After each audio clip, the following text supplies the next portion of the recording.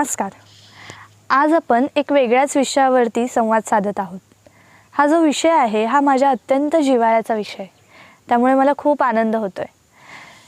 आपल्यापैकी 98% लोक नामस्मरण करीत नाहीत आणि याचं कारण असं की देव या विषयासंदर्भात आपल्या मनामध्ये खूप प्रश्न आहेत आणि याची उत्तरं न मिळाल्यामुळे आपण नामस्मरण करताना नेमकं काय पाहायचं, कुठे पाहायचं हे आपल्याला कळत नाही आणि त्यामुळे नामस्मरण केल्याने काय होतं असं आपण विचारत राहतो, पण नामस्मरण करून त्याचा अनुभव मात्र आपण घेत नाही. आता आपण देव या शब्दाचा छोट्या शब्दांमध्ये मोठा अर्थ जाणूया. देव म्हणजे काय? देतो तो देव. माझा आपल्याला देवाने काय काय दिलेलं आहे? शरीर दिलेलं आहे, मन दिलेलं आहे, बुद्धी दिलेली आहे, हे सगळं धन आपल्याजवळ आहे, पण याच्याप्रती कृतज्ञता भाव किती वेळा आपल्या मनामध्ये आला किंवा आपण याचा विचार करतो का?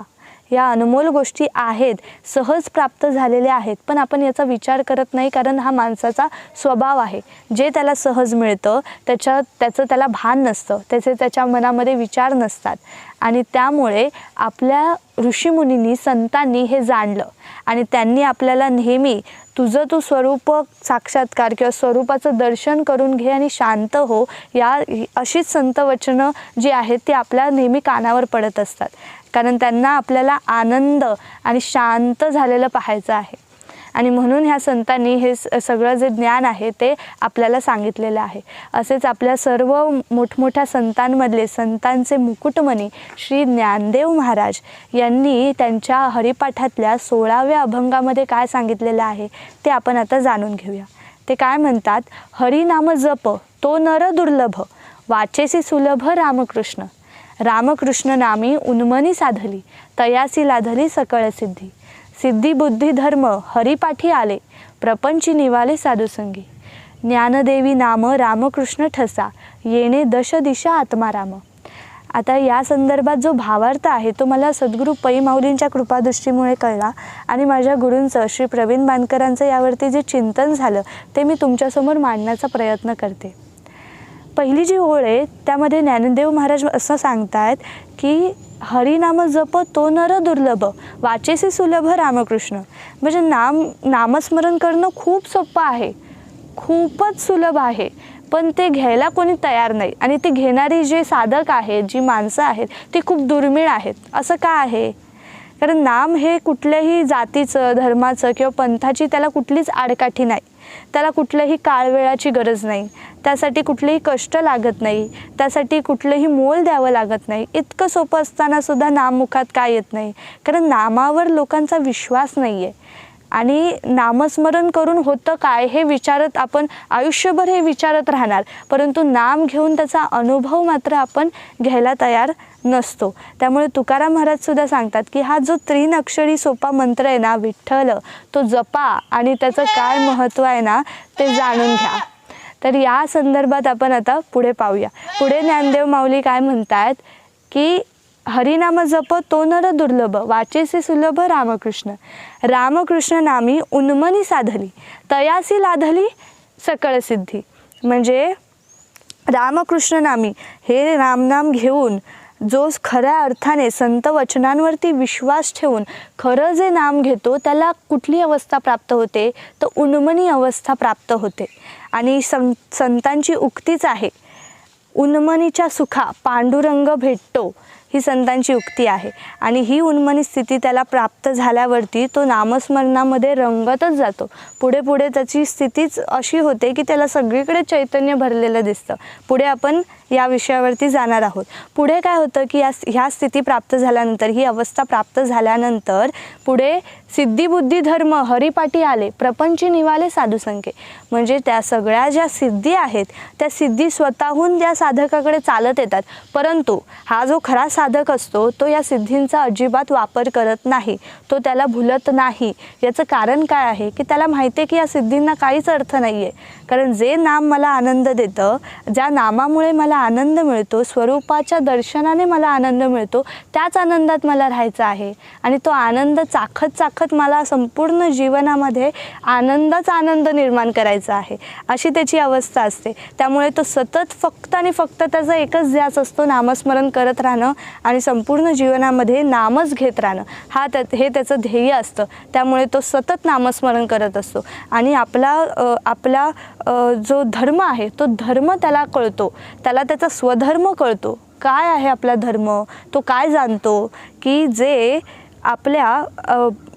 आपल्याला जे शरीर दिलेलं आहे, आपल्याला जी इंद्रिय दिलेली आहे, अंतरिंद्रिय दिलेली, कर्मेंद्रिय, ज्ञानेंद्रिय, हे सगळंच जे दिलेलं आहे ते त्या परमेश्वराने दिलेले आहे. त्या परमेश्वराचं स्मरण करून माणसाने माणसाची माणसाप्रमाणे कसं वागायचं हे त्याला कळतं आणि हा तो जो धर्म आहे ना तो स्वीकारतो आणि तो असाच या धर्माचं आचरण करत राहतो. कारण आपल्या जो इतिहास आहे ना त्या इतिहासामध्ये जर आपण पाहिलं तर अशा अनेक गोष्टी भोंदू बाबा यांनी सिद्धी प्राप्त करून चमत्कार दाखवून लोकांना भ्रमिष्ट केलेलं आहे, लोकांची आयुष्य उद्ध्वस्त झालेली आहेत.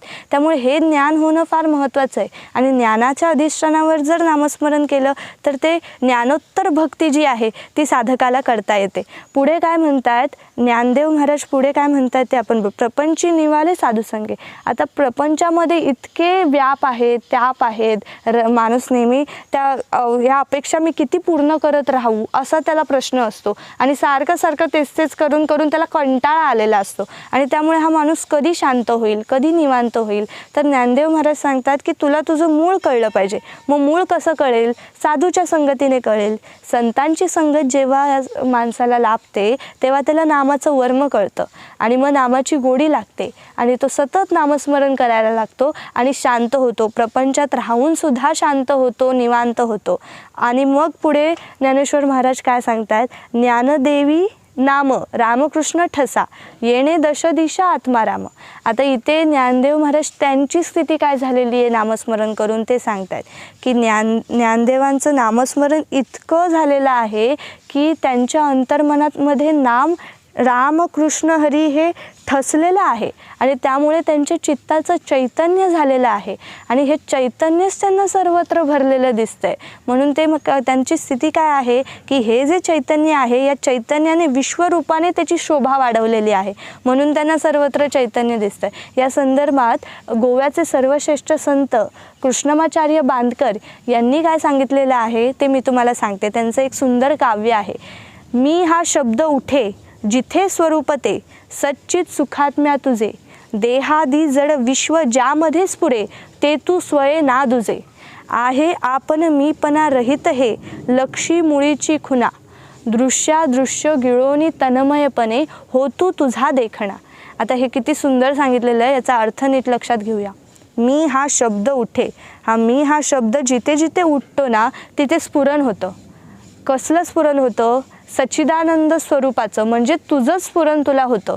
कारण मी हा जो शब्द आहे हा शब्द जरी असला, मराठीमध्ये मी म्हणू, इंग्लिशमध्ये आय म्हणू, इतर कुठल्या भाषेमध्ये वेगळा शब्द असेल या मीला, परंतु हे जिथे शब्द मी हा शब्द आहे तिथे स्फुरण आहे. म्हणून इथे काय लक्षात घ्यायचं आहे, मी हा शब्द, हे स्फुरण आणि सच्चिदानंद स्वरूप हे तिन्ही एकच आहे. या संदर्भात माझे गुरु प्रवीण मानकर यांचं सुद्धा सुंदर काव्य आहे की शब्द ब्रह्म शब्द चैतन्य सर्वदित, ही माया आणिक काया सच्चिदानंद सत्य शिवम सुंदरम. म्हणजे ते काय सांगतायत की हे जे शब्द आहेत ते या ब्रह्मतत्वातूनच आहेत आणि हे शब्दच ब्रह्म आहेत आणि ही जी माया आहे आणि ही जी काया आहे हे सगळं सच्चिदानंद स्वरूप आहे, सगळं एकतत्व आहे आणि हे एकतत्व नांदत आहे. आता पुढे काय सांगतात ते लक्षात घेऊया. पुढे असं सांगतायत कृष्णमाचार्य, परत आपण पहिल्यापासून ऐकूया आणि मग पुढचं लक्षात घेऊया.